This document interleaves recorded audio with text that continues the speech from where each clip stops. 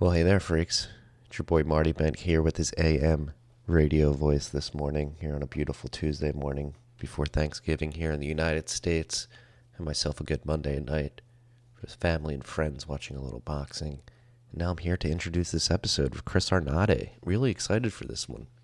Really excited for you freaks to hear this one. Chris is somebody, for you freaks that don't know, he's a photojournalist and author, ex-Wall Street trader.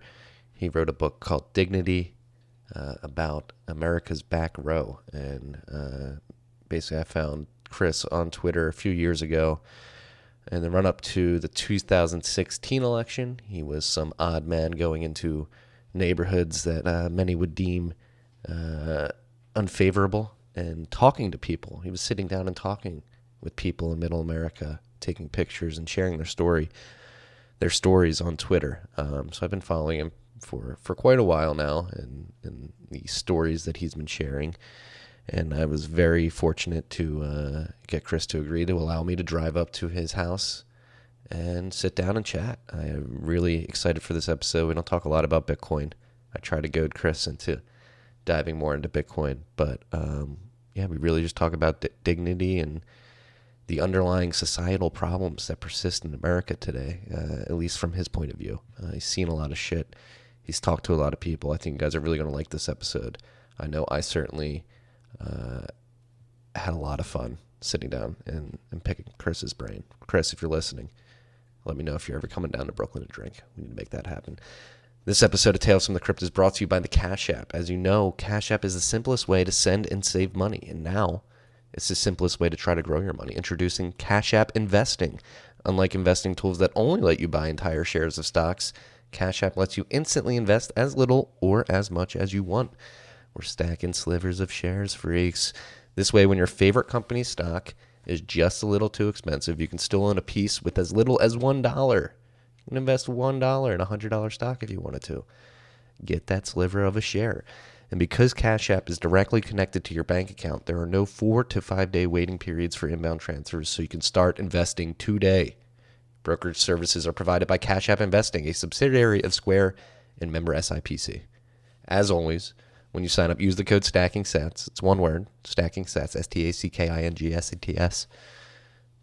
To now get, actually, this is not, you guys have known this for a while now. You're going to get $10, all right? If you use the code STACKINGSATS when you sign up, and then we're going to get $10. Cash App's going to get $10 to our good friends at Owls Lacrosse. The Owls, all right? Not that dirtbag owl. We're going to help the Owls out, all right? Download the Cash App. Use the code STACKINGSATS. Go to the Google Play Store or App Store today. This episode of Tales from the Crypt is also brought to you by our friends at Casa. Freaks, how protected are your C phrases? Does your key setup have one single point of failure? Are you even asking your questions? Are you even asking yourself these questions yet? Our friends at Casa have drummed up the smartest and most secure way to hodl your Bitcoin. No KYC, no altcoins, no percentage fees on your Bitcoin. No one standing between you and your keys. Use the promo code TFTC to get up to $250 off your Casa membership. And you can also just reach out to them directly at membership@team.casa for a free demo. Ask them your hardest OPSEC questions. Put them through the ringer. They're there. They're ready to take the punches. They're there to help you and teach you about privacy. They designed their business to not require KYC. They don't store digital copies of your passport or driver's license or enable location tracking or invasive analytics through their apps. They require all they require is a first name or pseudonym and an email address. That's it. All right. So they got the different tiers. Diamond and Platinum members are going to get 24/7 VIP service with a dedicated client advisor and custom onboarding and OPSEC plan. But all memberships come with a full set of hardware wallets for your multi-sig plus the Casa Node 2 and plus Faradags and early access to all future Casa products. So use the code TFTC. Get up to $250 off. Go to keys.casa/keymaster to check out their multi-sig setup or email them directly at membership@team.casa. I hope you freaks enjoy this episode with Chris Arnade, legend of the game. Enjoy.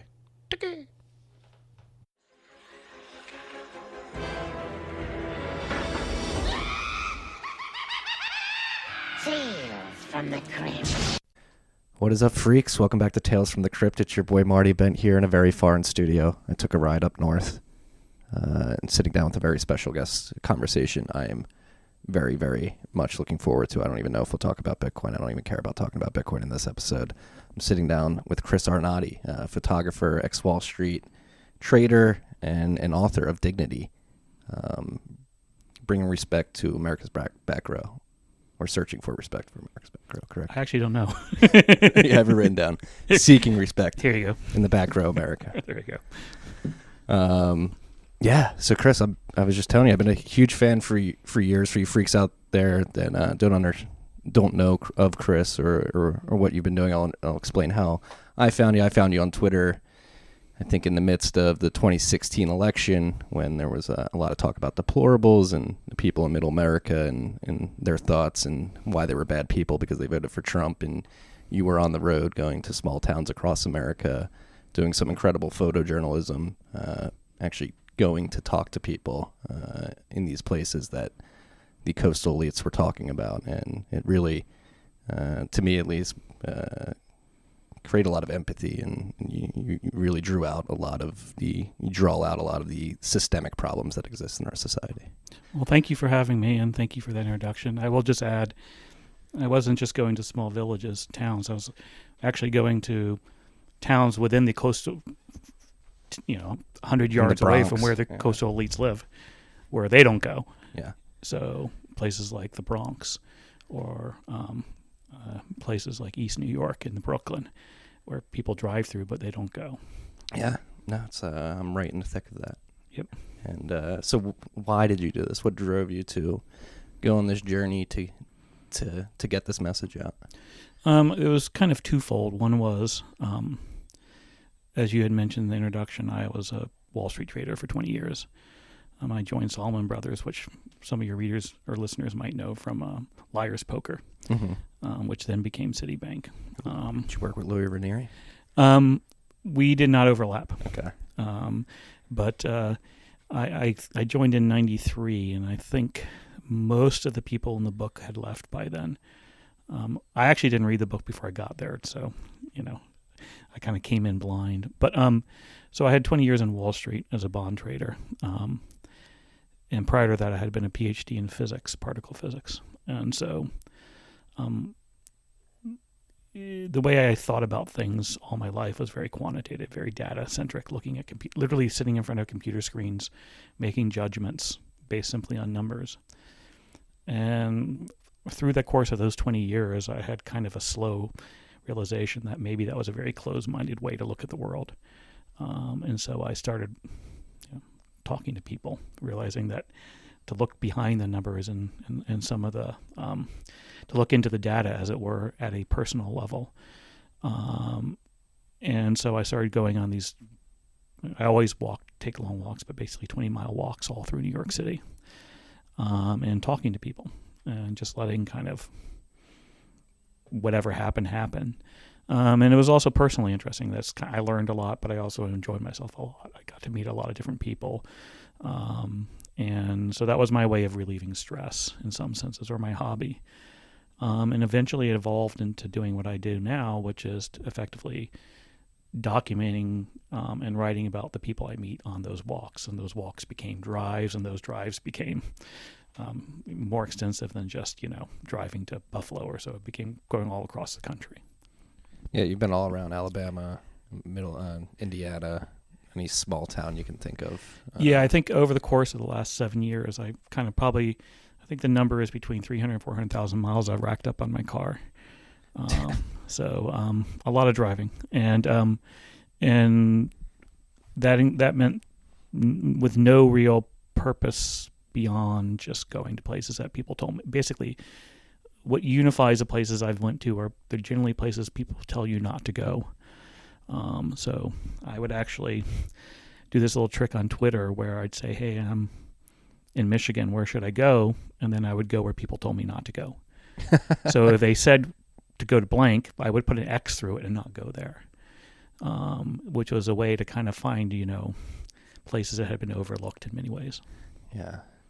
And so it seems like there is a great amount of people who are currently being overlooked in this country in particular. And yeah, I mean, it's frustrating because there are a lot of people who read my book who come from that background, or people who work with people documenting it in my book, people who do nonprofits perhaps, or people who grew up in these communities and left, who all look at me and go like, why doesn't anybody else get it? Why don't they get that there's, this is kind of, if not, not close to the majority of human experience in the United States, and yet we don't talk about it, and we don't hear from them. We certainly don't hear from them on TV. We don't hear from them on Twitter.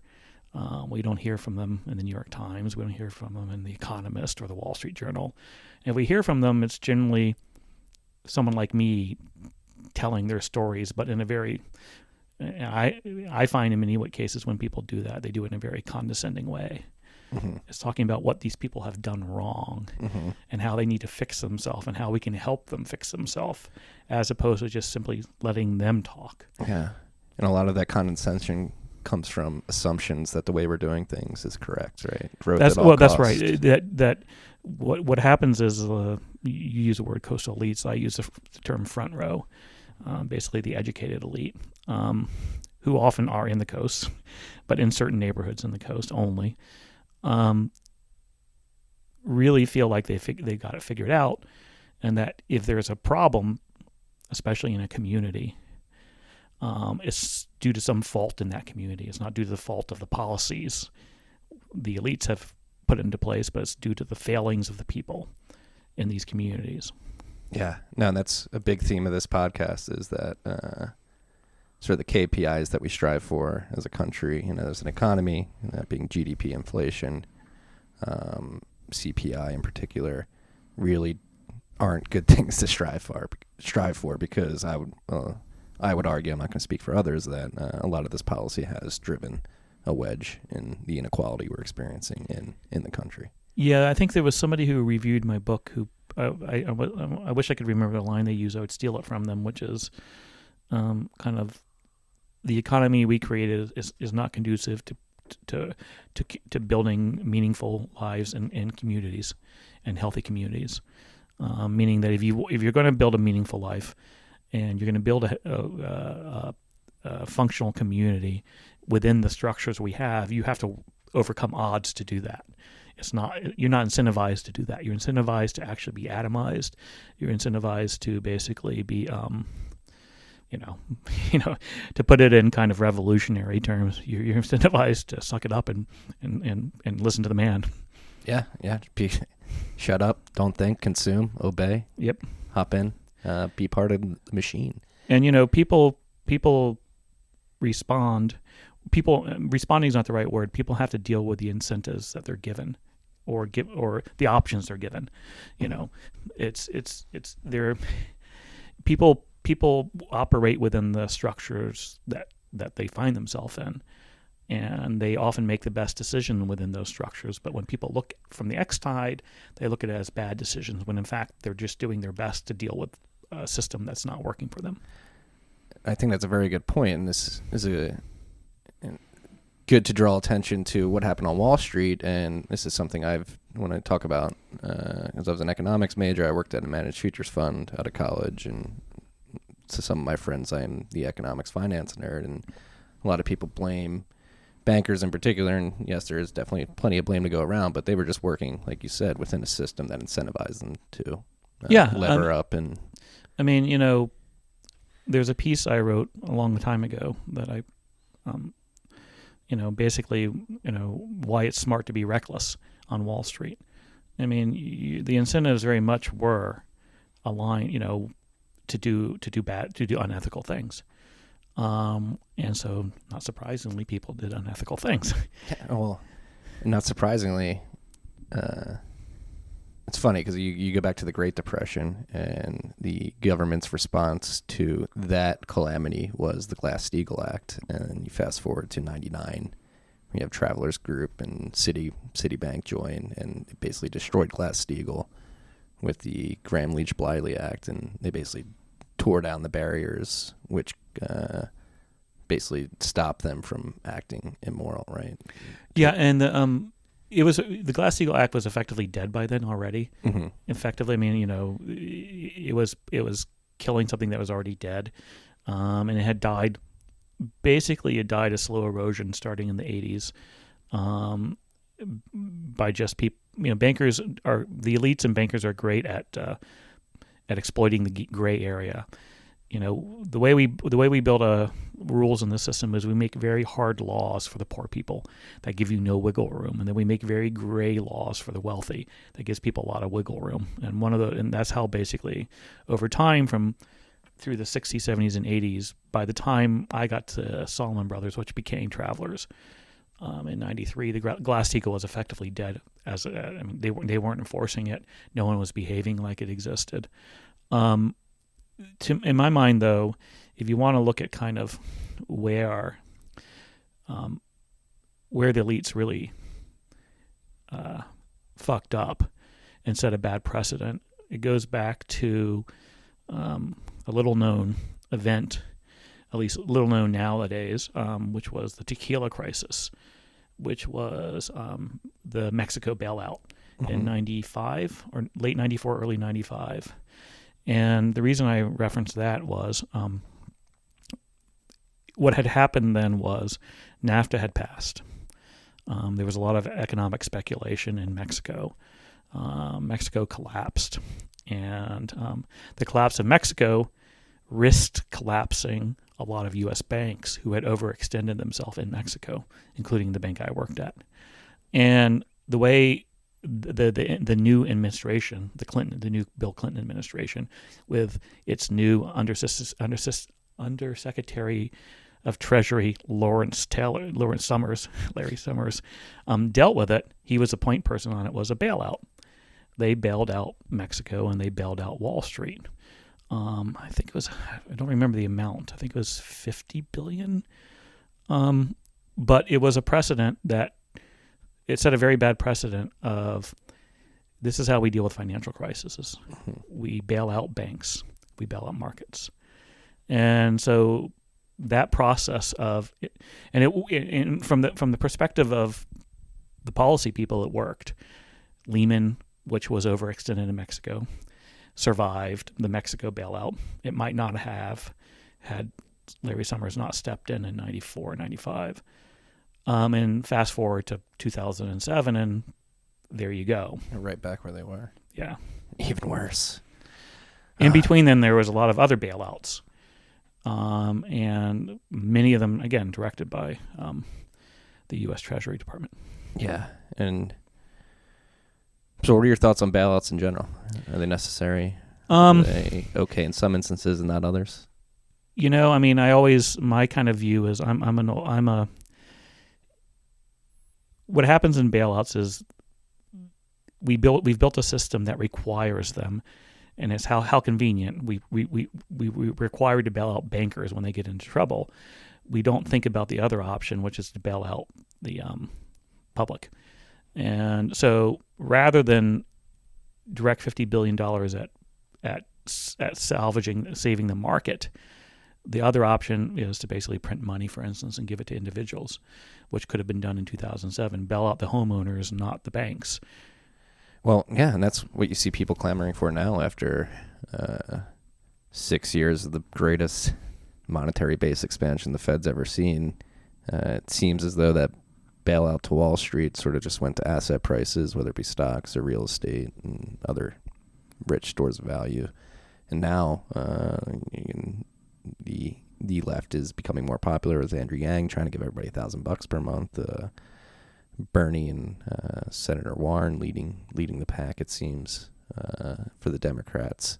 And it seems like people are clamoring for that bailout of the back row, if you will. Right. In my mind, if you're going to bail out somebody, it's better to bail them out. I agree. Than it is to bail out the bankers. Yeah. It's also probably more effective if your goal is the usual goal of policymakers, which is to increase the GDP, et cetera. But what happens is we don't have the structure in place to do it. And so when crises come, policymakers will say, well, I don't got enough time to do this. I got to use the old playbook. And not surprisingly, the old playbook benefits the elite. Yeah. So we need a new playbook, and between the way compensation is provided on Wall Street, between that and how we bail out markets, it's all very much incentivized speculative, crazy behavior, and so it's not surprising crazy speculative behavior happens.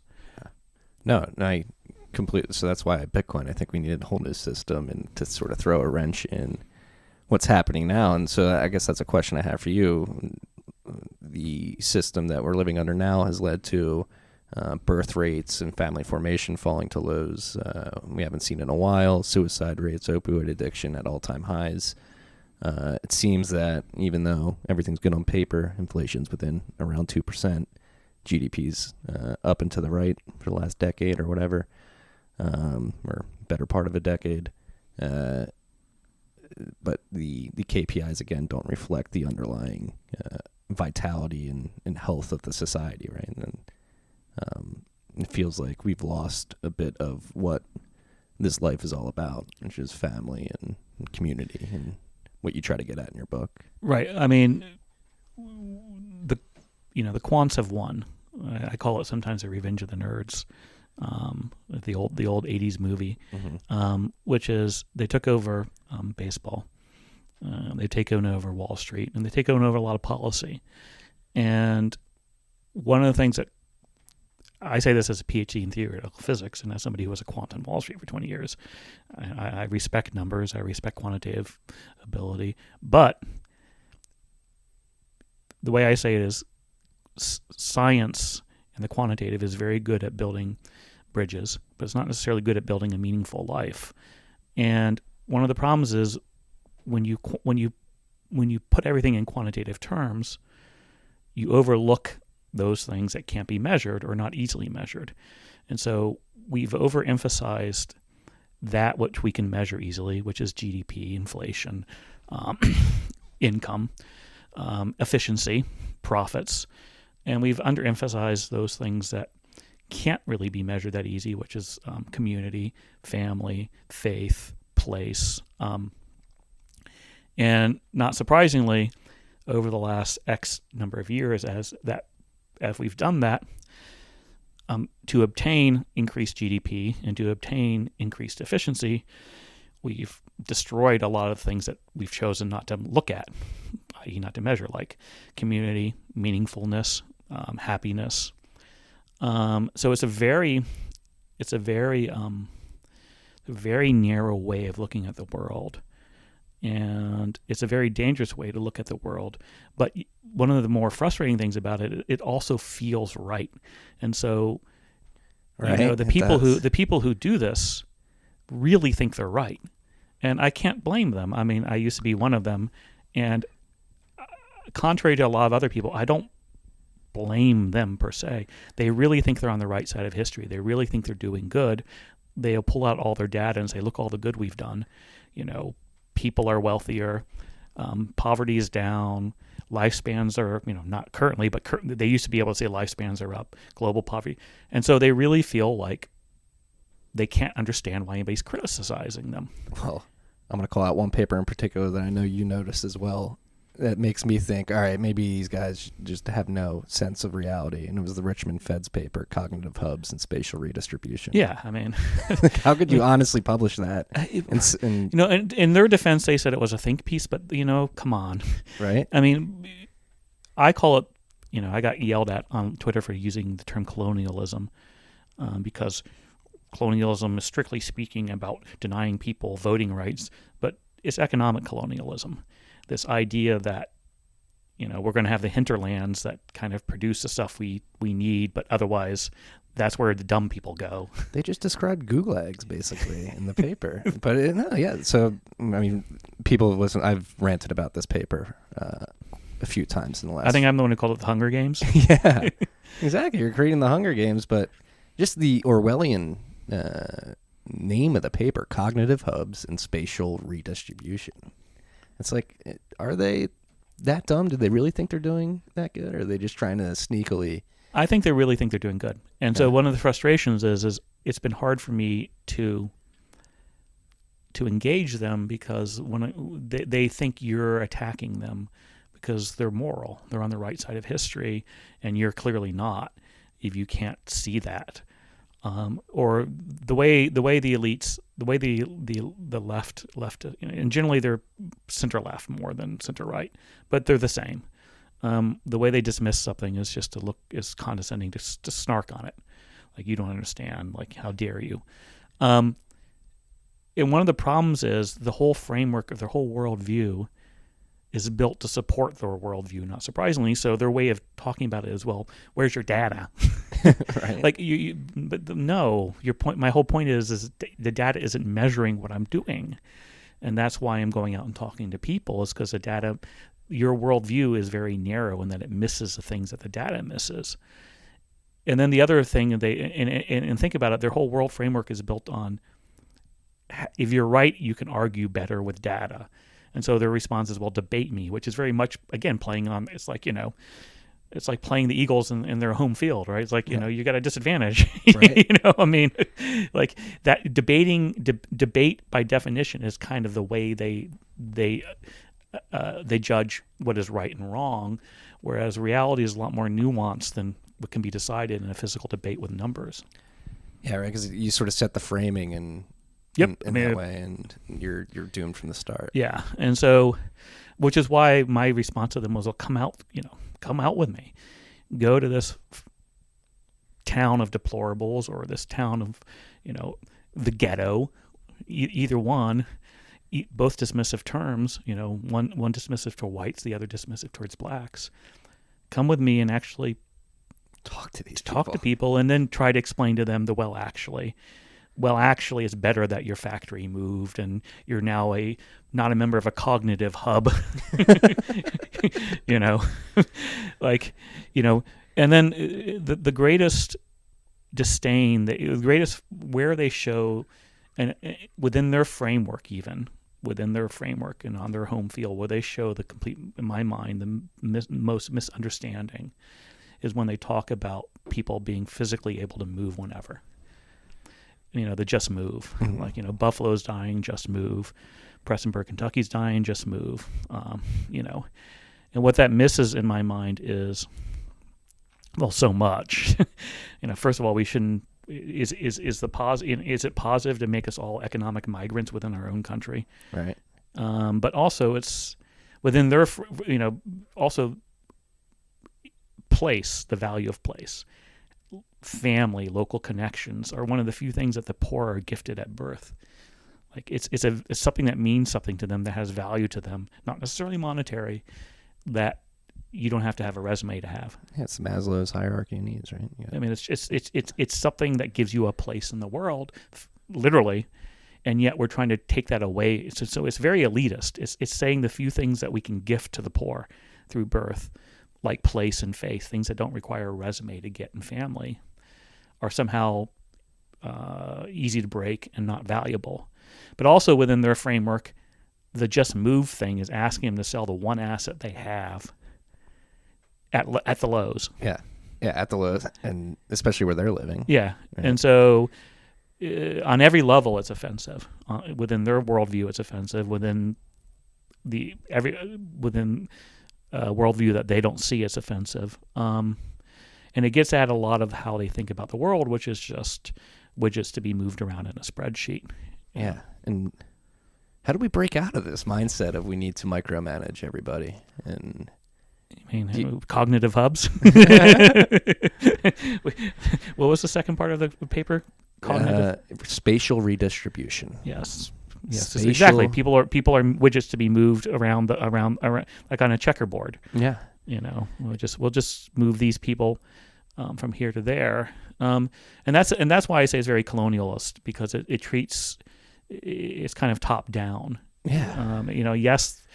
Yes, the people in the spatial have voting rights, but it's a very much it's an extraction of it's extraction of wealth and economic wealth from the hinterlands for the benefit of the cognitive hubs. Yeah. No, and I'm actually happy you said it's all top down. Obviously is. I'm actually reading a book right now called Strong Towns. I was on their podcast. Oh, you are? Yeah. So I'm reading Chuck's book right now, but I think Chuck makes a good point about literally how our towns and our cities have been built via the expansion, the monetary expansion post World War II. We sort of built all these highway systems and these suburbs and cities and designed them poorly in haste while we were expanding our economy, and it's coming to light decades later that there's a lot of infrastructure debt that comes when you build all this stuff, and city debt, and you get more dilapidated cities because people aren't literally designing the way these cities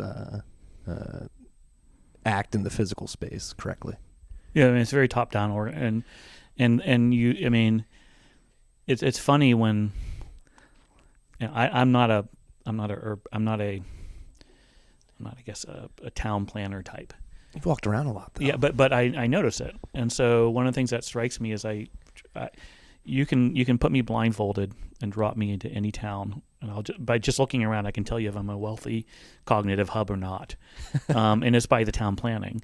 Like the cognitive hubs overplan. Like there will be 3 bike lanes and triple pedestrian and all this, and whereas in the back row it's libertarian, man. It's like people running through back alleys. It's like it's like self organized hive mind, right? It's yeah, like the perfect example of like design versus user experience, right? You have like a pavement that's very clean and well paved, but there's like a patch of grass so you can see a clear trail. Yep.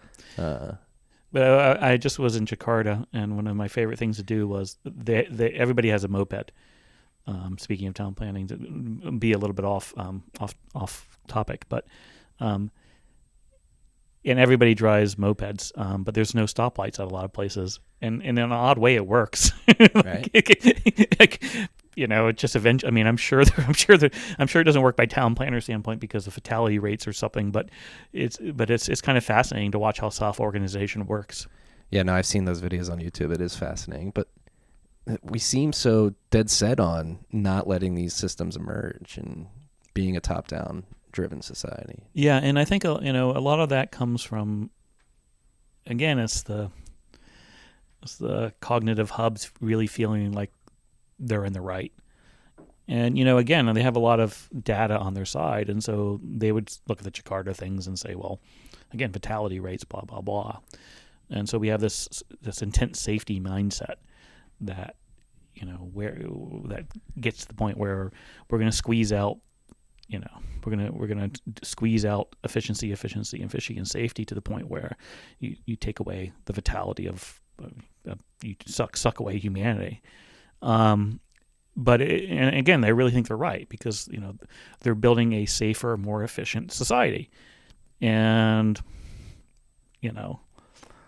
that's their religion. And you're not gonna, and they make a good strong case, but that's maybe what they should do.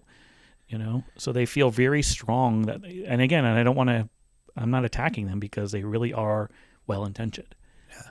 This is really how they're doing right, and they really are in their mind doing right. Well, to the probably silent majority of us outside of that system making these decisions who think something's terribly awry, I would argue, I think this strongly, I think we're a nation in need of immense healing. It's very disconnected, obviously, with the polarity of our politics right now. And it is, how do you shift the conversation to thinking about these social, non-tangible, nebulous ideas of faith, community, family, from the analytical, quantitative growth side? I have no idea. And, I think my pessimistic side says you don't. And, heads will roll. Eventually the peasants will revolt. It's that, it's that Wizard of Id cartoon. I don't know if you've seen where the king is sitting looking out the window and someone says the peasants are revolting. He says, of course, I think now I messed up the joke. He says, of course, they are revolting. I messed up the joke. Sorry. But they're gonna be toppled one way or the other, and as a member of their club, as a cognitive elite, I've been trying to warn them that if you don't want things to go very badly, and I don't want things to go very badly, and they don't want things to go very badly, we have to enact some changes here, or else the changes are going to come from the bottom up, and they're not going to be pretty. Like, the revolution, you can admire the goals of you can admire the why someone's being revolutionary, but they never play out well. Right. Like, it's not going to be pretty on the other side, and it's going to do everybody, including the revolutionaries, damage. So you'd rather the changes come in a wholesome way, where the cognitive elite and their hubs recognize that something needs to be done and change their behavior and change the policy to integrate more the spatial hubs. Yeah, it was actually my last. This isn't the last question. It was the last question I had written down here. But are you optimistic or pessimistic about the future? And so that my optimistic side is, I think the pessimistic side is, I think they continue to bury their heads in the sand, and eventually it just gets to be basically where both sides end up dehumanizing the other side. The front row, in my language, the front row scorns the back row. The back row hates the front row. They both treat each other as subhumans. The hate goes both ways, and eventually it just erupts into violence. That's the very pessimistic scenario. And you get retribution, and revenge becomes the goal of politics. You look at Latin America and a lot of the world, that's the way it used to be. The goal of political power is revenge on your enemies. Mm-hmm. To enrich your own group, and then retribution on the other. And that's very bad. And that plays out, I don't care if it plays out on both sides, and that's not good. My more optimistic side is that the self-organization, that basically the system has enough correctives in it that the elites, the cognitive elites, realize they got to change the system, or else they're going to lose control. What are your thoughts on the back row just building a new complete system by themselves? That's also silos is another way to go, right? Which is to kind of, in that some senses, that's a nonviolent revolution, right? Which is preferable to violence always, which is to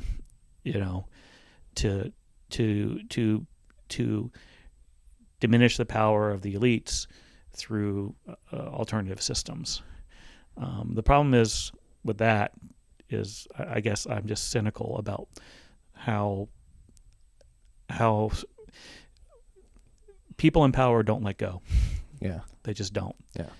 And they have a lot of power. And they don't let go for two reasons. One is they really, again, they think they're on the right side of history. And they really think they're right. And so you're not going to let go if you think you're right. Yeah. And the second is selfishness. Like, you don't want to give up what you have. Yeah. So one of the things I learned from Wall Street is the wealthy don't let go. How much have you looked into Bitcoin? What? How much have you looked into Bitcoin?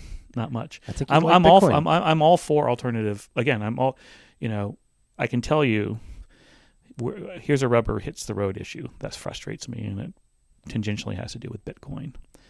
One of the things I deal with a lot is addicts and homeless people, mm-hmm. and people in prison. And I often help them out. Often that means I have to use Western Union.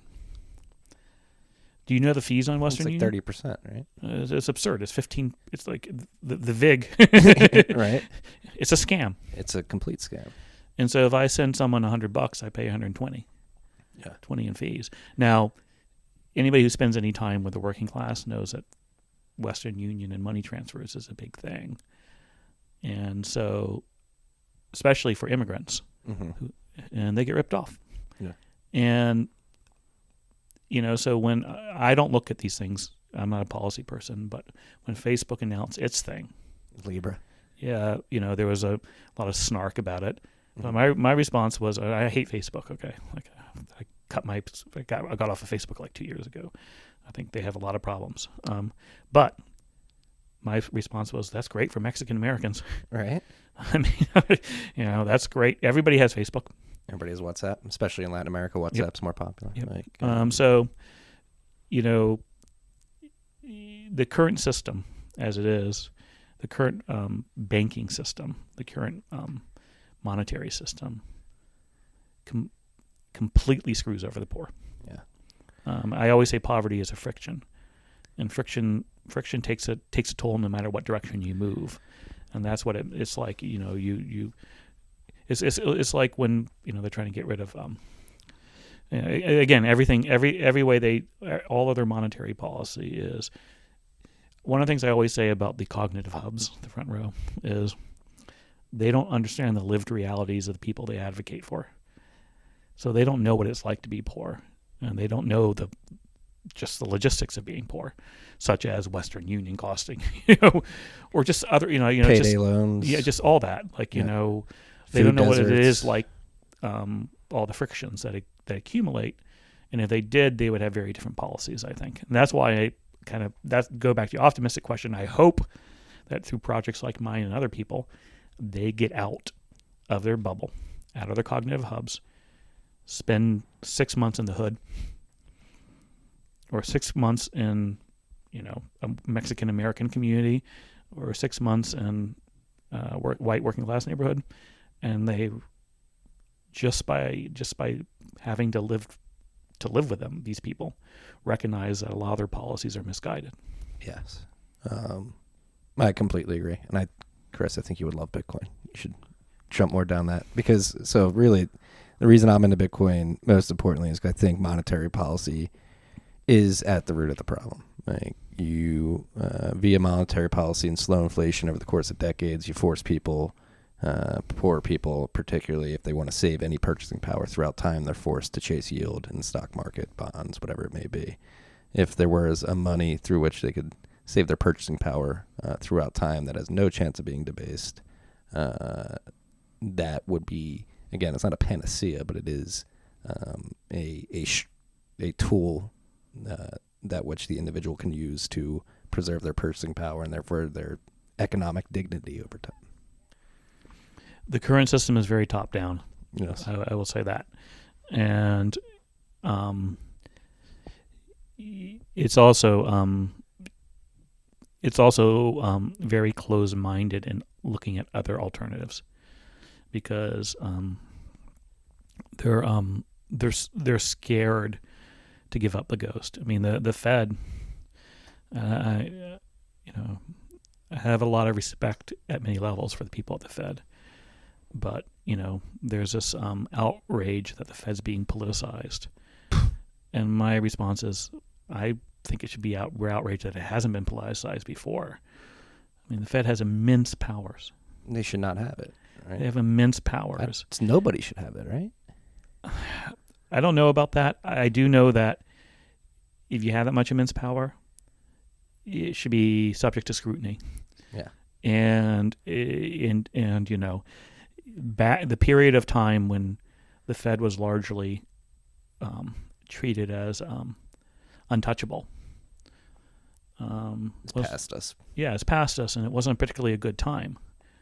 Greenspan arguably did more and damage than than a lot of people Irrational understand. exuberance is needed. We need it. And so I think the politicization of the Fed is, I'm not saying to be badly political, but it deserves scrutiny. They have a lot of power for people who are largely unelected. Yeah, and are trying to micromanage a multi-trillion-dollar global economy. Yes. So, if you have that much power and that much say in policy, you probably should be. You should probably expect scrutiny. Maybe you should be allowed to be audited every once in a while. I mean, the thing about the modern day fiscal system and monetary system is it very much is. It needs an aura of. It needs a sense of untouchable to it to work. When you start looking behind in it, it's just very mundane, and it's basically like a Rube Goldberg machine. It's one of those things that's it's built on a lot of shaky foundations. It's all confidence game. Yes, it is. Well, all markets are entirely a confidence game. That's true. And so they can't, but they want to pretend like theirs is not, Mm-hmm. right? Because it's important to them to work that way, to be the sense of like, we're above it all. And like, once the emperor, once the curtain's removed, it's a Wizard of Oz thing. Mm-hmm. They need to maintain this sense of seriousness. Yeah, no, that's another reason why Bitcoin too, because knowing how these monetary games work, right? So the world is continuously engaged in a currency war, whether people want to admit it or not. In the unspoken agreement of this currency war is that you never talk about it, and Trump's been talking about it ad nauseum for the last. Well, I promise 8 to look at months. it more. How's that? Yeah. Oh, Bitcoin? Yeah. Oh, I'm glad. I'm just I'm like, we're focused on monetary policy here, but yeah, look more into Bitcoin, Chris. I think you would really like it, and the ethos behind it. Like I said, the Facebook thing would have helped poor people. Yes, it definitely would, and that's there's a lot of good companies around Bitcoin that are using Bitcoin to create.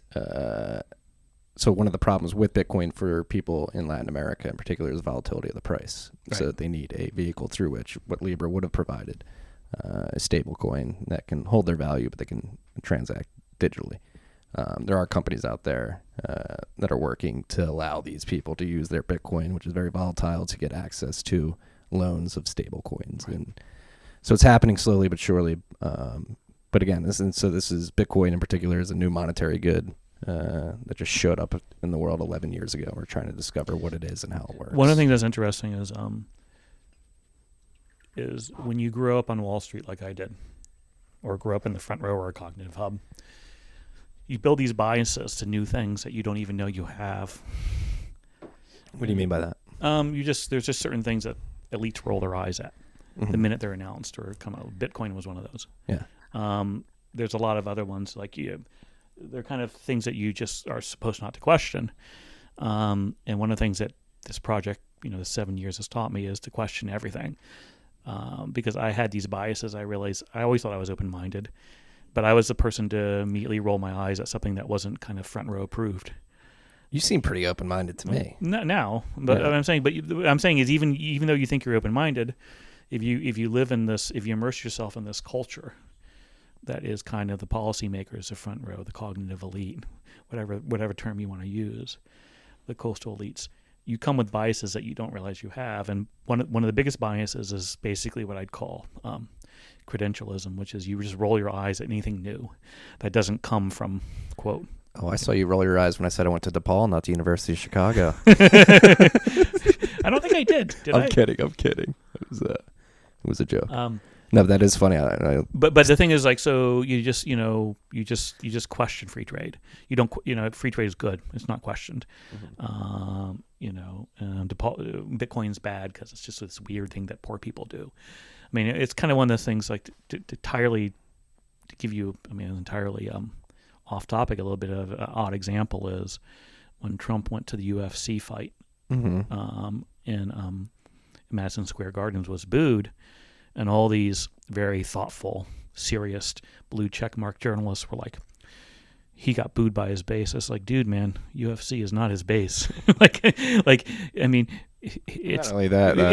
in Madison Square. No, UFC Madison Square Gardens is bros from Bronx who are going to go to Don Coquille and Astoria after party, and Sanders fans is like, it's like you don't know. But and then there came the second round of just dismissing the UFC as this like human cockfighting, right? Like this off, and I'm like, you don't like just because it's poor people, just because it's working class, they hate it. Yeah, and so, I didn't particularly. But UFC is another eye roll example. Like when I was working on Wall Street, like initially when it came out, that was my reaction. Like I was supposed to dislike it, but over the course of like 8 years hanging out in bars and all ways on, I grew to like it.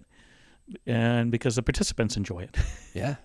That's actually I thought UFC was too barbaric, MMA in particular, too barbaric and brutal. I actually don't like seeing people because I've had many concussions. I don't particularly like seeing it either, but but people like it. No, like you said, the athletes, it is what they train for their whole lives, and they get a lot of enjoyment out of it and purpose, more importantly. Yeah, and so, but it's again how the point I'm using is that anything that at all is affiliated with the back row, the working class, that is non-elitist is just scorned. But it's not always been this way. Like I was telling you, I was listening to your Econ Talk episodes, and you were describing how in Florida, the owner of the orange juice factory used to live in the town. You would know. That's right. You wouldn't know whether or not he was well off or not. And That's right. Just part of the community. How come that doesn't happen anymore?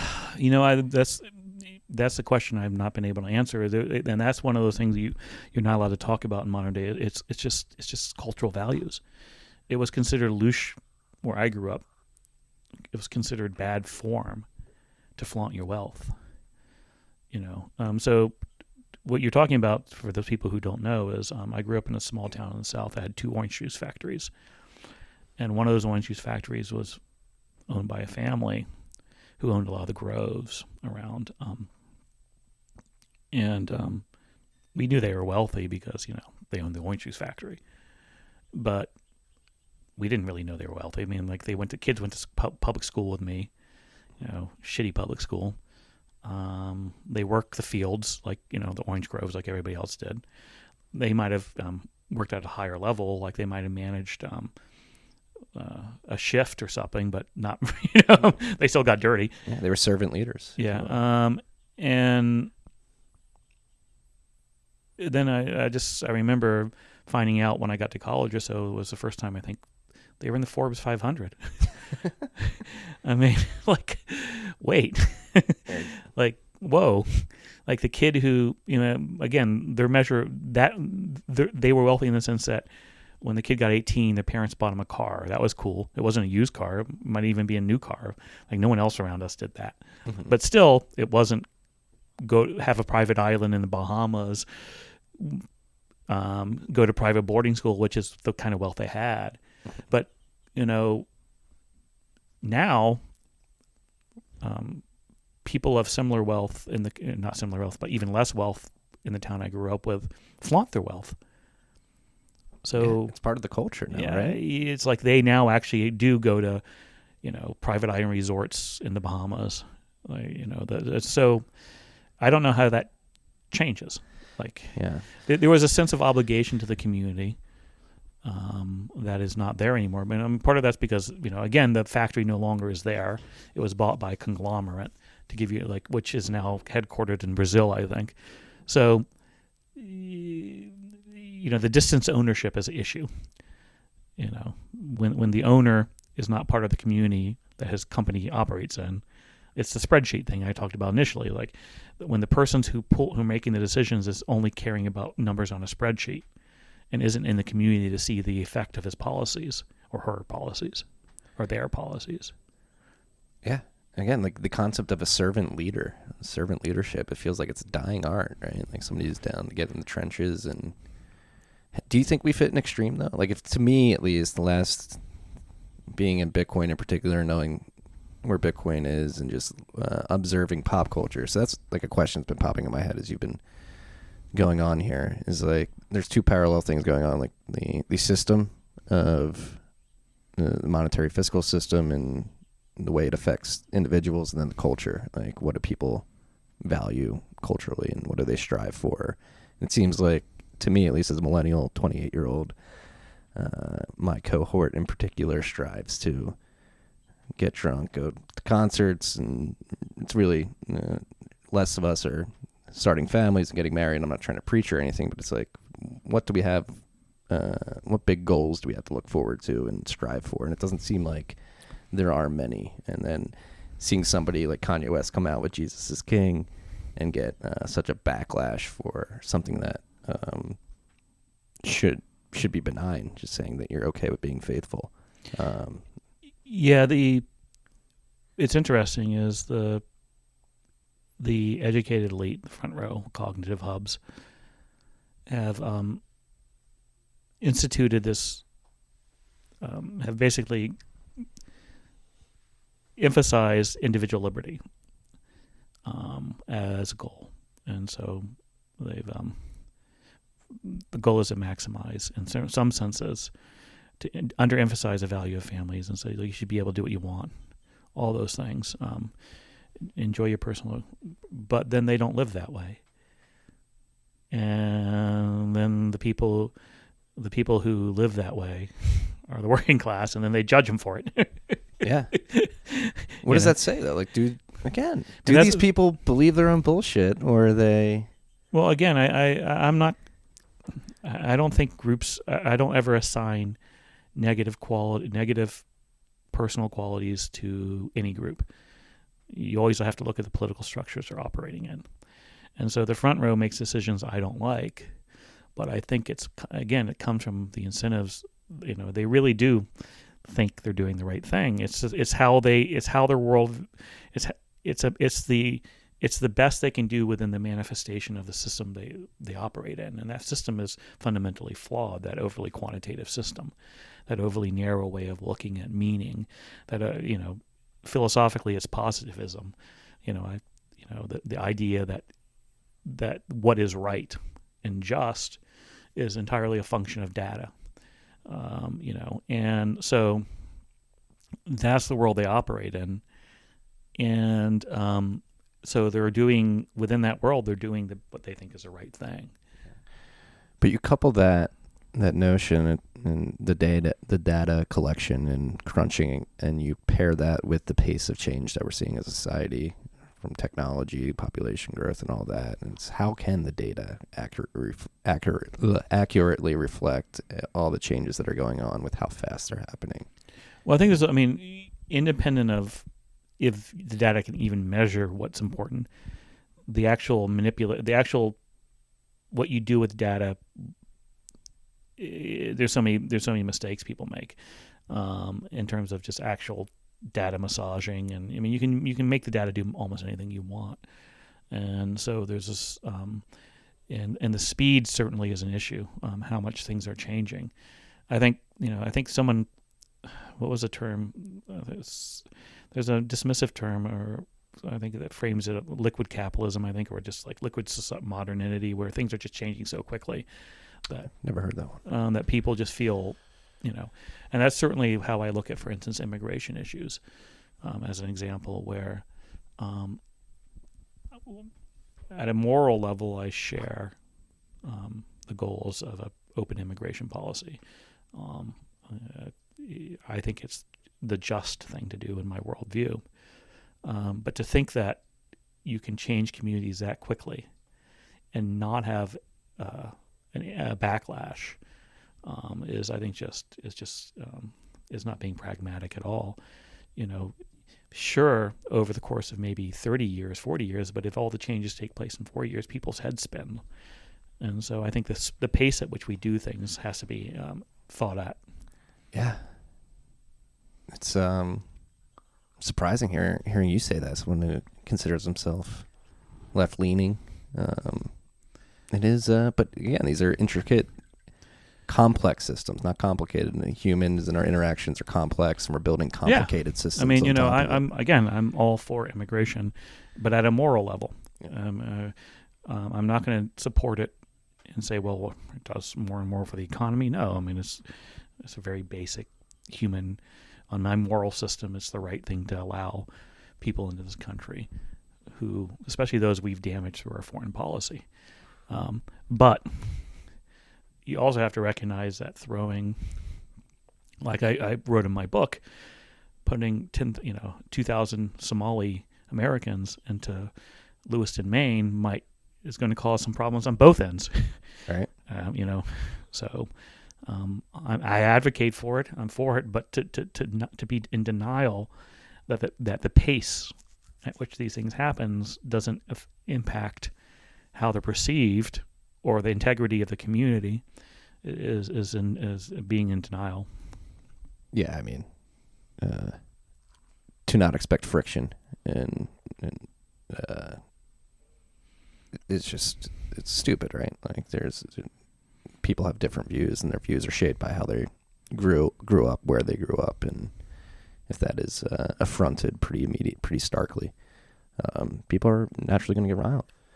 I grew up in Philadelphia, Northeast Philadelphia, And our neighborhood changed pretty fast. We had to move. We moved to South Carolina for a few years and then back to Philadelphia, but a suburb of Philadelphia. But got to a point where we felt like our neighborhood was changing so fast that we had to leave as well. It's you mentioned Williamsburg. It's interesting is where you're from is when it went Puerto Rico. When I look at New York, I look at basically wealthy people wanting what they want, and in the 60s and 70s, they didn't want to be in cities, so they left, and into the vacuum came poor immigrants and African Americans, and then the next generation of the wealthy decided they wanted the cities back. That's reverse white flight, right? Yeah. So they're kicking out the immigrants and the blacks and recolonizing the cities. And it's just very frustrating. They can't see in both cases that the poor people are the ones being flung around. They got flung into cities, into communities that nobody else wanted, and now they're getting flung out when the wealthy want them back. Well, how do we commingle? How do we make it so it's just the town that you grew up in where everybody's... I don't know. Yeah. I mean, and that's probably partially why a lot of people were frustrated with my book, because I don't know. Chris, I came to you for answers. I think your inclination that we need big change is right. The problem with big change is big problems can come from it, but it's kind of why I got laughed at prior to the election when I said I think Trump can win, and the basis for that was not only seeing the enthusiasm for him, what I saw, but it was also a lack of enthusiasm in the whole system by a lot of other people. It was people who basically were like, I don't care anymore. Yeah, you're talking to one of them. Yeah, and so if the status quo is not working for people, there are two responses. One is to exit stage left and just remove yourself from it, and that's what a lot of minorities have done. And so I call it justified cynicism. What do you mean exit? Not vote. Yeah. Not participate. Yeah. Is that a vote, though? I see my non-vote as a vote. Yeah, it is. No So when people say there's only two choices, no, there's three choices. The third choice is the number one choice exhibited by people in my book, which is not to vote. So there's that, what I call justified cynicism. The system is so rotten, there's no point fighting against it. It's big, it's mean, it's going to win. Like, fuck it, I'm going to just build my own life outside, my own silo, my own private Idaho. What are the silos like? It's just living your life, man. It's like going to UFC, it's watching UFC in the bar and working your job and finding your own little pleasures and building a family and just, doing your best. It's just ignoring what everybody else is talking about on CNN. And put your head down and do your thing. And that's the way most people live, by the way. Not necessarily by choice. It's just that's the reality. I don't. And then there's just the knock the checkerboard over. The accelerationist. I mean, which is in some senses like there was a lot of that in Trump voters, which is I don't care. The system isn't working for me. I'm going to knock the table over, right? Like might as well so. One of the first pieces I wrote that got traction was a kind of a piece with putting that in within Wall Street framework. I don't know if your listeners or you know what an option is. Yes. But there's something on Wall Street called a digital option. It's a financial product which is very simple. If the price of a stock is above a point, you get paid 1. If the price is below that, you get paid 0 after like 3 months. It's called a digital option. If the stock exceeds, let's say 100, by December 1st, you're paid $1. Mm-hmm. And the question is, how much would you pay for that? But the mathematics behind how much you would pay for that is called volatility. What's the volatility of the stock? And if the stock is at 90 currently, and you need it above 100 for you to win to get that 1 point, the $1 payoff, you want volatility. It's your friend. It's it may end up at 70, but it also may end up at 110. If the stock is currently sitting at 110, you don't want it to move. You don't want volatility. So I said, if you look at the election, the people who are in the money, meaning they own an option on society where if things doesn't change, they benefit. That's the wealthy people. They want things to stay the same. Mm-hmm. That's low volatility voters. And if you're somebody who doesn't have a lot and you own an option and you need things to change for it to pay off to happen, you want volatility. So you're going to throw the chessboard. Yep. You want things to change. I mean, yeah, it may end up worse, but things are already bad for you. So like, why not? Fuck it. I heard a lot of people say, what else do I have to lose? I've been screwed over so many other times.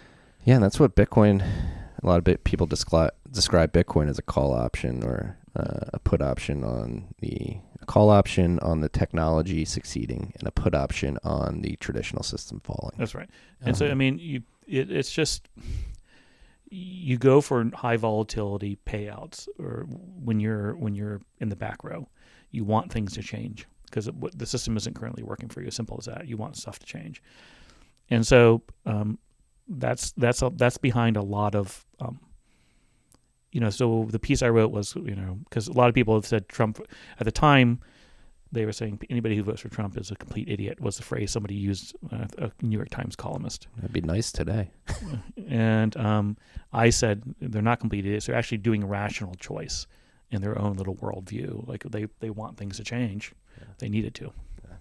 They've gone from idiots to racist Nazis. Exactly. And the thing is so you asked me what can be done. I mean, change is their friend. Change is a friend of the people who are out of power. Do we ever have quote unquote normal politics from here on out? Will we have a normal president after Trump? Do you think? Has the board been flipped and changed forever? I think one of the things I actually still keep in contact with my Wall Street friends because I used to do what's called macro trading, which is the big picture, serious stuff, looking around the world at what's going on in Chile or get into Bitcoin or Turkey or all that. And I said to them that the world we had, from the 90s to about 2015, the stable, quote, world of sane leaders, of serious democracies, that was the anomaly in history. I think 100 years from now, 50 years from now, people look back at that period. Just the 90s to 2015? I mean, kind of the period of kind of like Bush, Clinton, Bush. But that was the anomaly of these countries. A lot of countries moving to democracies, being quote stable, globalism. The spreading of democracy to the rest of the world is an anomaly. Yeah, and what you're going to do is much more of the world politics of my world when I was growing up at the 60s and 70s, 50s and 40s, which is strong men, dictatorships, totalitarian regimes, chaos, coups. That's not a good thing. I'm not like, look, I'm not saying yay. I'm saying that's more normal than people realize. And so you asked me, like, I don't think. I'm always very skeptical of projecting out, like, come on. But I think what you could see easily is what I call like what U.S. politics is very much, again, what we have in Latin America, which is the pendulum swinging between two parties. And in both cases, the retribution being the goal. You go from one extreme to the other. And the goal becomes over time, more and more, the party in power doesn't care so much about governing as it does about enriching itself and harming the others. So Trump has a lot of that. Him and his buddies are going to get rich, and he's gonna make fun of Sleepy Joe. Yeah, Sleepy Joe. And then when the Democrats get in power, I suspect they'll take up his playbook. And the call for doing that will be higher because there'll be people who will say, well, Trump did it, so why don't we do it? Trump broke all these norms. Why don't we break all these norms? Trump attacked his enemies. Why don't we attack our enemies? And the fact that Trump attacked his enemies makes those people who were attacked feel more justified in attacking Trump's people. So it's just this very ugly spiral where both, it becomes more about just kicking the other people's ass. Why do they catch all of us up in their bullshit? Right? Because it's only a few men that are really making these decisions at the end of the day when you really think about it. Yeah, I mean, it's I mean, if I ever get too regressive and kind of boil it down to like what was our fundamental flaws, you look at, so we had this period of the 90s and 2000s where we handed policy to the very serious people, and we handed policy to the very serious people, the quants and the eggheads like myself. Egghead, I haven't heard that one. Yes, you haven't heard eggheads? No. That's the old school. That's the old derogatory term for intellectuals. Really? Yeah, big heads that are. Yeah, I might start using that one. I've been called a meathead, never an egghead. Yeah, the back row is meatheads and the front row is eggheads. We handed it to us, and what do? We did TARP and we did the Iraq War. TARP, Iraq War, ad tech that's turning into a digital panopticon. I mean, we made some big bumbling errors. Yeah, and that hurt a lot of people. And so, I think there's Do you feel personal responsibility, or? I mean, I think I don't look back, with pride on my Wall Street years. I will say that,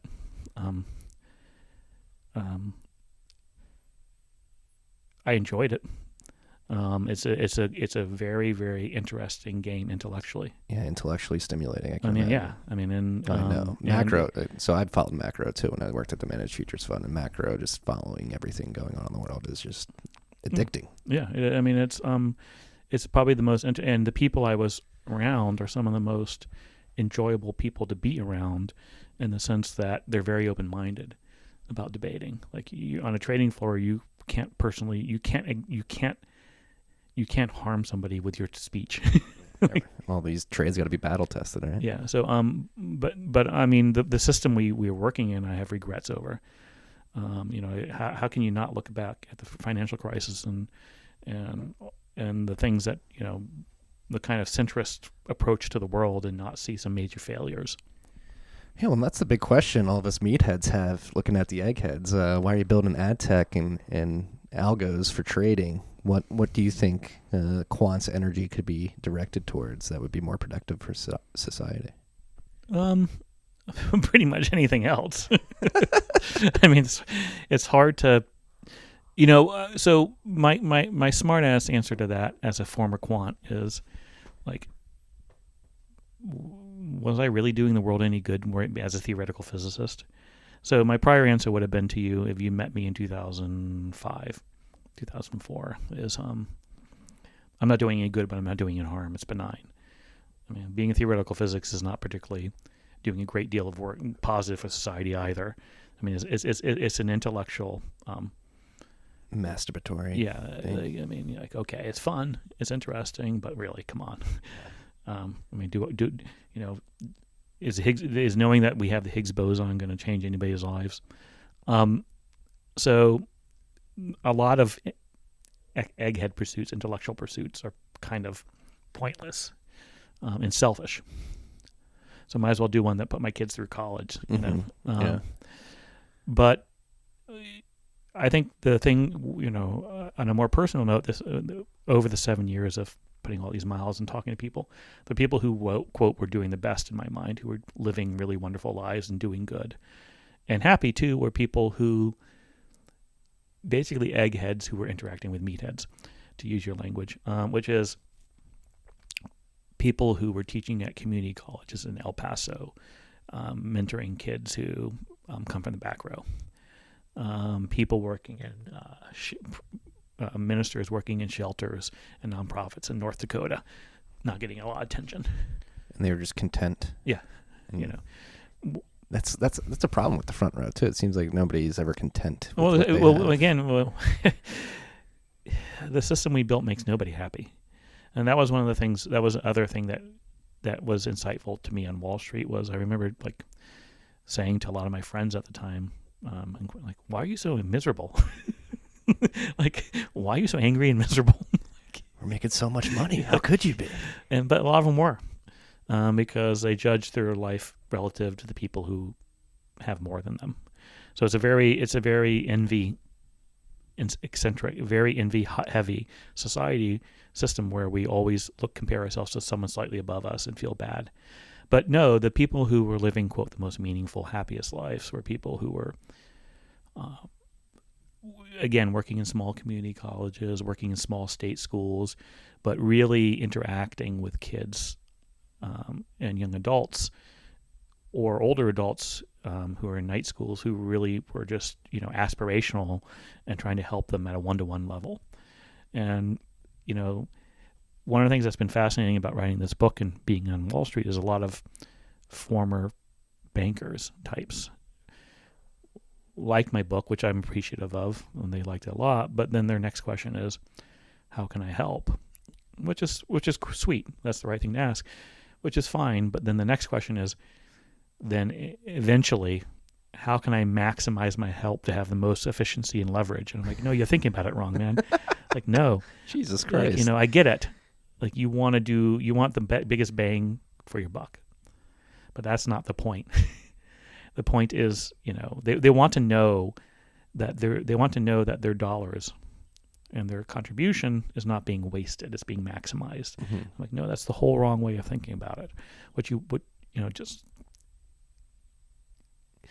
sell you. My advice to them is sell. My real advice to them, what they'll never take, and I understand it because it's a hard advice, is sell your apartment, move to Kansas City, and teach at university there finance to kids who are aspirational. Make a real difference. Does anybody have the balls to do that? No. Yeah. It's kind of like what I say to be a smart ass. I say to whenever I see someone, a Harvard professor talking about inequality, well, you dude or ma'am, you probably have the one person who can make a personal impact on inequality through a personal action. Quit Harvard, go teach at Ivy Community College in Gary, Indiana. I can't see Michigan doing that. But I think there's a lot that can be done at a personal level, but collectively, you need a movement to do that, and I don't think that's happening. Right. It's actually, this episode is brought to you by the Cash App. I'm not reading an ad read right now, but what the Cash App does is they, when you download the app, you get $10 as sort of an ad read. And it's not really an ad read, but then $10 goes to a program that I worked, an inner city program in Chicago I worked for when I was in college called Owls Lacrosse. And I agree. You really can't understand or empathize with back row, the back row of society unless you go into these neighborhoods and check it out and try to make a personal connection. And when you do show up, you realize it's a lot fucking harder than you would imagine. And the other thing is, it goes back to I can also reframe it in their world. It goes back to the leverage question. You'll find out the leverage point, meaning like, someone says to me, how should I donate? I have some money to donate, which I do. I said, well, what you should do first, if you really want to be smart about it, is go volunteer at a shelter or go volunteer at a nonprofit. And over the course of 3 months there, you'll figure out what needs to be done. They might need a new refrigerator. A kid who's having trouble communicating might need a new bike. It's just you'll see. And for Owls, it was just these kids need something to do between 2 and 5. Yep. Or 8 and 11 on the weekends. And so it was teaching them what? Lacrosse. See, I've always thought I was interesting on Twitter. I was making some snark the other day that someone should do that because lacrosse is the arbitrage way to get on Wall Street. Yeah. Like there's so many lacrosse. Before I got on Wall Street, I didn't know lacrosse existed, and then I got on Wall Street, like everybody plays lacrosse. It's big there's big lax mafia on Wall Street. Yep. But no, OWL. So OWL stands for Outreach with Lacrosse in Schools, and that is sort of the mentality. Just help develop confidence. Number one. Yep. Confidence, public speaking, leadership skills, and working as a team. Importantly, like learning how to work as a team. But I think one of the things that is important when in the people who are doing this that I've met is they're not doing this for attention. Like they're not doing this to try to like go to a spreadsheet and see how much good they're doing. They're just doing it because they want to do it. Yeah. I think the dude who started OWL's, Sam Angelada, shout out Sam, is the personification of that. He's just some kid from Ohio who had a good family upbringing, but he was a bit of a rebel in high school, and he found a lot of solace in lacrosse and wanted to give back to the inner city of Chicago via lacrosse. And it's crazy. It started in 2011. I was one of the first volunteers and volunteered as much as I could before I left Chicago in 2014, but now Sam's able to do it full time. They've got full funding. There's hundreds of kids doing it every year now.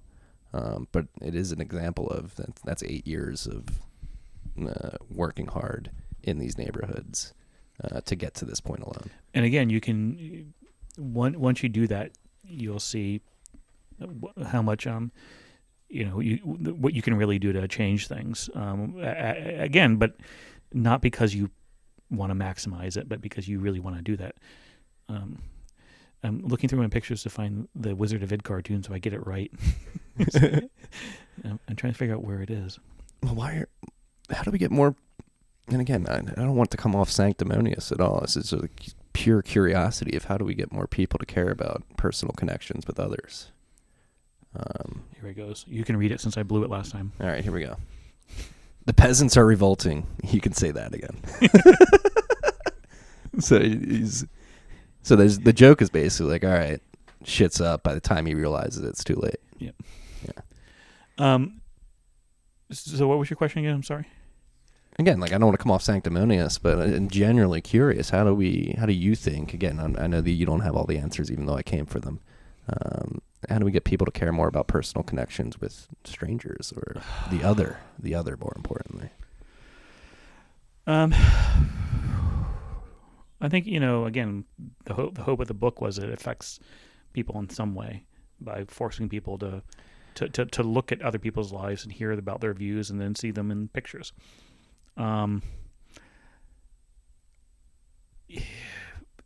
I just, at a personal level, I look back at the way I was raised versus the way I raised my kids. And I was raised in a community that was very working class. And even though my parents were eggheads, we weren't shielded from the meatheads. I mean, we were immersed in them. We were like, it was my entire life was, same shared experiences. Mm-hmm. I worked jobs starting at 8, working in orange groves, working in the factories, all that crap. And then I look at my kids, and they're as liberal as me, but they don't interact with the working class because we don't really have places and spaces these days. That now they do because we're in a different community than we were when we were in Brooklyn. But in Brooklyn, no. Like, there's just not places where people interact. We're so siloed between cognitive hubs and non-cognitive hubs. Yeah, sometimes I feel like I live in an ant farm. I'm that crazy dude, the crazy dude in the apartment building that says hi to people in the elevator and as we're passing each other in the hall. Exactly. People are siloed. And and again, it's not me. My libertarian instincts is not to tell people not to silo. If you want to, because when I speak at universities, a lot of kids ask me the question you're asking me. A lot of very, very bright, college kids who come from the back row, perhaps.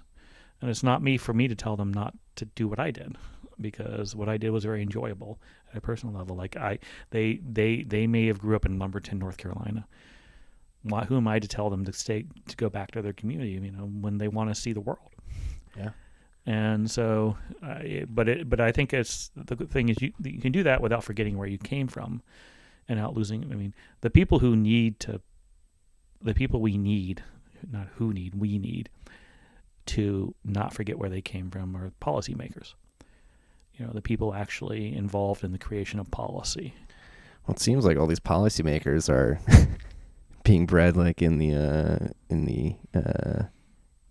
Beltway in D.C. or in Cape Cod and Greenwich. They have a very, as I said in my book, when I was hanging out with that world, the front row, the eggheads, the quants, we all have geographical and racial diversity, but after college, after high school, our experiences were almost all the same. And you all go to the cognitive hubs. Yep. Like we all went through the same set of colleges, all the same set of postgraduate colleges, all the same apprenticeships, the same, and lived in the same communities. And so it's fascinating. It's like you get these people who think they're very global because they've lived in London and they've lived in Tokyo and they lived in New York, but believe me, I've been to the neighborhoods they've been to in all three of those places, and they're all the same. The neighborhood they live in Mayfair, they live in Mayfair, or they live in Mayfair or Kensington, London, which is exactly the same as the Upper West Side. Mm-hmm. A little bit different, like the architecture is different. Yeah, it's a lot different. Mayfair and Kensington, London are a lot different than Mayfair and Kensington, Philadelphia. I can tell you that. Wow, off topic, man. So a lot of my time I spent in the U.S., the bulk of it in very, very, quote, dangerous neighborhoods, statistically. But the only time I've ever felt out of place, or at least been much more aware of my surroundings, was Kensington. Philly. Yeah. That's where I grew up, is right next to Kensington. What's the street underneath the elevated there? Frankfurt Ave. Is it the one where there's like these Cambodian liquor stores that sell Jello shots for $5? Mm-hmm. Yeah. I mean, I haven't been down in that area, Frankfurt Ave, in a while. I haven't lived in Philly in like 11 years. Kensington is actually having a gentrification moment right now, too. There's a lot of breweries and... But wow. Yeah. I grew up in Frankfurt, which is a bit further northeast. People ask, did I ever feel... The only time I've ever felt like, like looked around a little bit. Yeah, people will stab you there. No problem. Well, the difference is the gun laws are different. And so people carry. Yeah. So it's like, there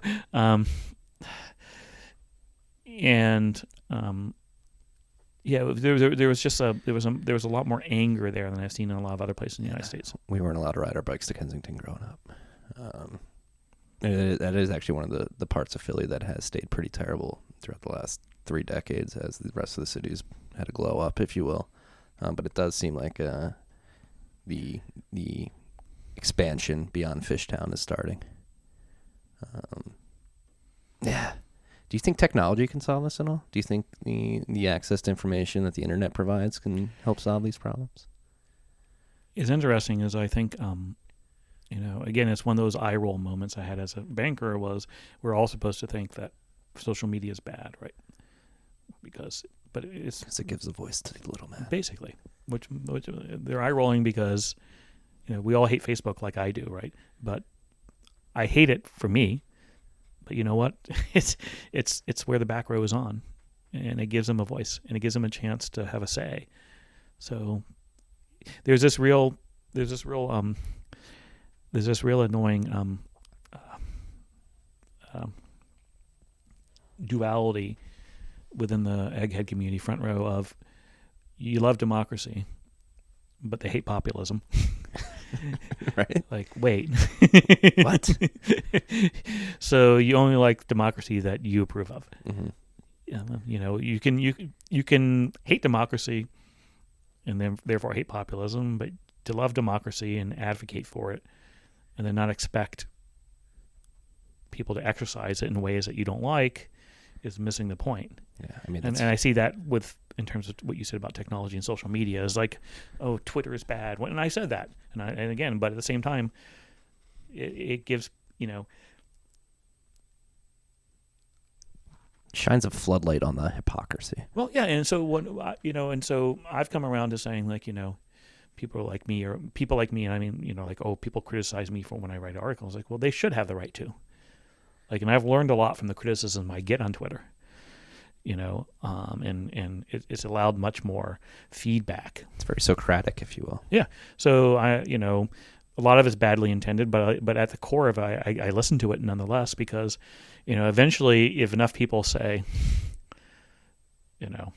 yo, dude, you're an idiot. You're going to think. You might want to think. Yeah. So there, in that sense, it's positive. Well, again, I'm very, very grateful to be here right now because I've been a fan of your Twitter account for years now, as I said, and that's what I love about your approach to everything is you're rolling your sleeves up, getting your hands dirty in these hard problems, and actually dissect them and try to get to the core of what's happening, and trying to relay that to the rest of the world. And you're finding that people on the right and the left can agree on the stuff that you're talking about, at least in my opinion.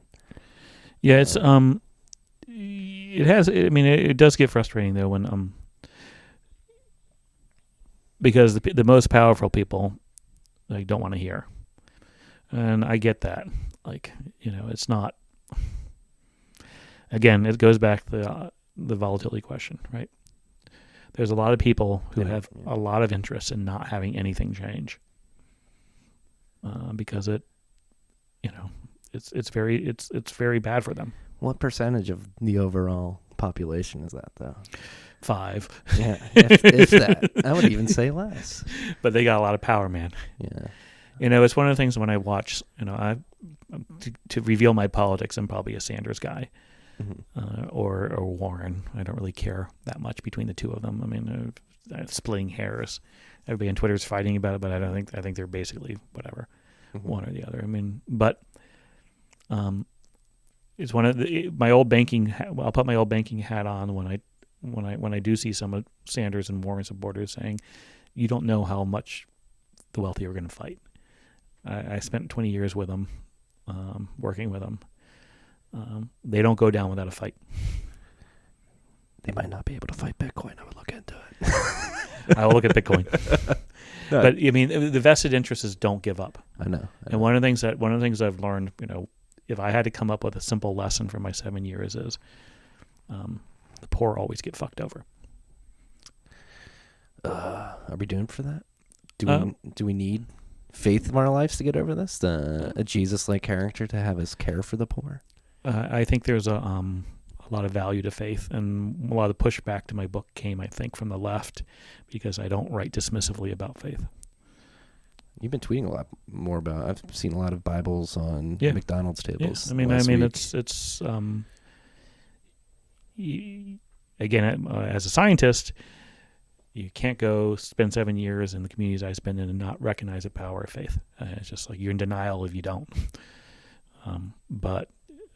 So I do think I think somebody had to tell me who Kanye was about 6 months ago. I'm that kind of clueless about some parts of culture. Mm-hmm. But I do have to smirk at the backlash he's getting because, I mean, the dude is going through something and he's doing it genuinely. And now apparently, if you actually are religious, it's counterculture. Now he's all of a sudden profane. Right? He's all of a sudden persona non grata.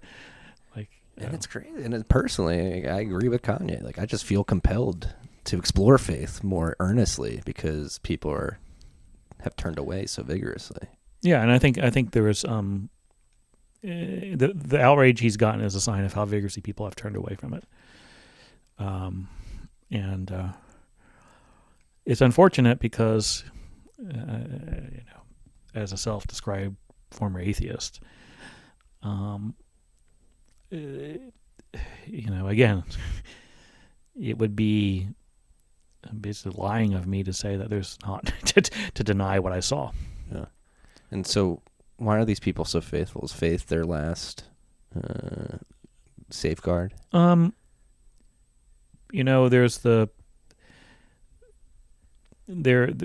I was kind of where I was like 3 years ago was at and it's almost a very dismissive view of faith, which is that it's pragmatic because it works for these people. These people need it. I don't need it, but they need it.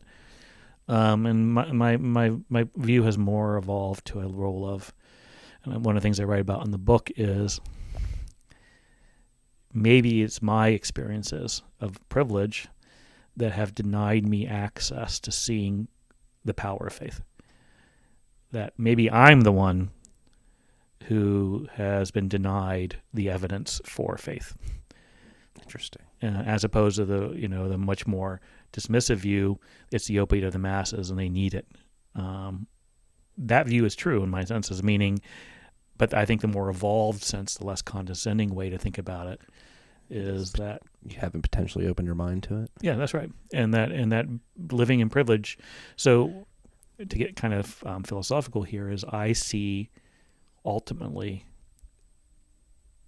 the secular world as being about the hubris of man and thinking you have it all under control and thinking you don't, you to put it in scientific terms, that there is no error bar that we can't understand. Mm-hmm. And I think I see faith in its various manifestations as being about accepting a humility that I'm not particularly special, that we aren't particularly special, and there are things larger than us that we can't explain, and we just need to accept. The error bar is not understandable. Yeah. And I think if you are living in that secular world with wealth, it's easy to delude yourself into thinking you're powerful enough and to figure it all out. And so I guess I would reframe it as growing up in the back row doesn't afford you the ability to gain the hubris. You have to accept the evidence for human humility and fragility is there every day. Yeah. No, the hubris that man might be at an all-time high right now. It is that was beautifully put. I completely agree with that. And I think the cognitive hubs have a lot of hubris. Enough hubris apparently to write that paper. Right? We're going to spatially redistribute. I mean, it's kind of like, and there's a small chance I may piss off some people. It's kind of like the cognitive hubs and the policymakers are always thinking it's just one policy tweak away from fixing the system. We're one kludge away, and it's right around the corner. QE4, it's gonna make it better. Don't worry. Exactly. That all that needs to be done is a refinement to the system when maybe the whole system is rotten. Exactly. Yeah. And unfixable through micromanagement. Yeah. Whew, this has been incredible. Almost 2 hours, an hour and a half. Chris, thank you for all that you do. And thank you for having me onto your show. Well, thank you for having me into your house. It's a beautiful property you have up here. It was a beautiful drive up here. We're lucky a bird didn't fly into the window. Does that usually happen? Is that why you have to have this cat here? I have pasted up a black cat on my window to keep the birds from flying into the window. Yeah, it does. I see a couple smudges. Yes, a couple places where the birds may have come. Keep fighting the good fight, man. I don't think you realize it, but I think we're fighting to change the system from different angles in the same way. And again, I would look more into Bitcoin. I think you'll like Bitcoin. I promise. It is a little scary. There are hardcore libertarian views. People at Bloomberg aren't going to like me anymore, though. Joe Weisenthal is pretty open to it. So. Joe's been on this podcast. I like Joe. He's open to it. I like Joe too. He's a good egg. I just see him trolling Bitcoin people all the time. He's a master at it. He's very good at it. Well, he's become a troll. I give him credit for it. I say that positively, by the way. I do. He's an ethical troll in a good way. And he's so good at it because Bitcoiners, word to the wise to all you freaks listening out there, get triggered so easily. Stop getting triggered so easily. Realize that he's trying to trigger you. But he also does bring up good points and helps Bitcoiners steelman our arguments. And I think deep down, Joe likes Bitcoin as well. Chris, where can we learn more about you? Is there anything upcoming that we should be aware? Rush to your library and get my book, or buy it. preferably, for my publisher's sake. It's called Dignity, Seeking Respect in the Back Row.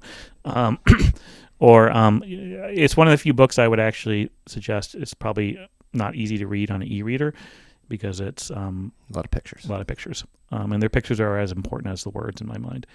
Or follow me on Twitter. I can be a bit of a troll myself. Just my name, Chris _Arnade, Arnade. And that's about it. You have a final thought for the freaks out there? Final note, parting note, if you will?